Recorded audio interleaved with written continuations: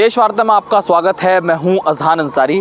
दोस्तों, वक्फ कानून के ख़िलाफ़ all India Muslim personal law board ने एक बड़ा ऐलान कर डाला है, जिसके तहत देश भर में इसका विरोध होगा और बाकायदा विरोध प्रदर्शन किए जाएंगे, जिसकी शुरुआत दिल्ली के ताल कटोरा स्टेडियम से होगी, जिसको लेकर all India Muslim personal law board ने एक प्रेस रिलीज़ जारी की है, जिसमें तमाम जो चीज़ हैं वो शेयर की गई हैं। और उसमें कहा गया है कि देश भर में ज़िला स्तर पर, राज्य स्तर पर और राष्ट्रीय स्तर पर जो है इस बिल का, इस कानून का बड़े पैमाने पर विरोध किया जाएगा। जिस तरीके से हाल ही में वक्फ अमेंडमेंट बिल जो अब कानून बन चुका है, पहले वो लोकसभा से मेजॉरिटी से पास हो जाता है, उसके बाद राज्यसभा में भी उसको रात के 3 बजे पास कर दिया जाता है, फिर राष्ट्रपति द्रौपदी मुर्मू जो है उस पर हस्ताक्षर करके उसको कानून बना देती हैं, जिसको लेकर अब विरोध जो है वो चौतरफा देखने को मिल रहा है।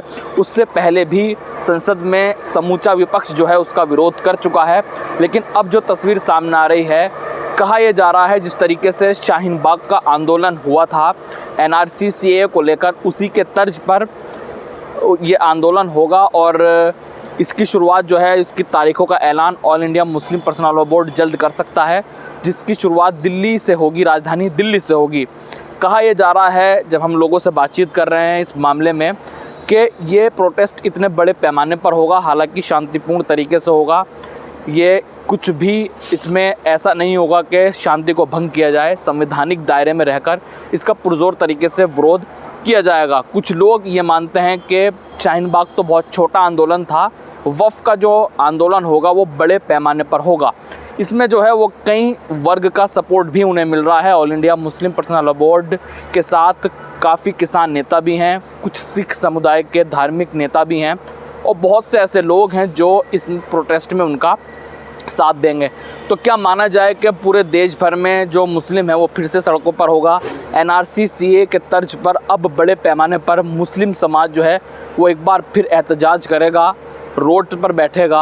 और जिस तरीके से all India Muslim personal law board का कहना है कि इसकी शुरुआत इस फ्राइडे से होगी, यानी जुमे से होगी, जुमे से लेकर अगले जुमे तक।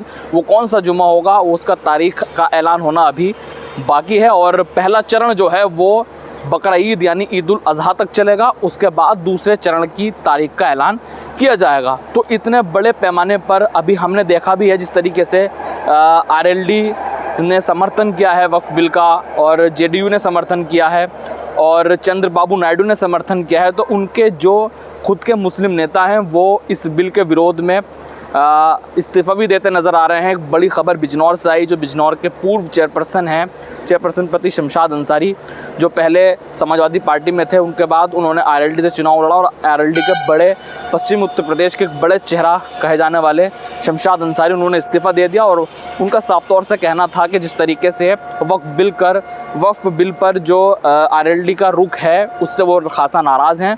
उनके साथ बड़े पैमाने पर कार्यकर्ताओं ने, करीब 200 से ज़्यादा कार्यकर्ताओं ने इस्तीफ़ा दे दिया, और आरोप ये लगाया गया कि मुसलमानों को आरएलडी ने ठगा है। तो कुल मिलाकर अब जो है फिर से प्रोटेस्ट होंगे, जिसकी शुरुआत अब दिल्ली से होगी। जिस तरीके से समाज में भी बड़े पैमाने पर वक्फ कानून का विरोध देखने को मिल रहा है। फ़िलहाल देश वार्ता में अजहान अंसारी को दीजिए इजाज़त। जय हिंद, जय भारत।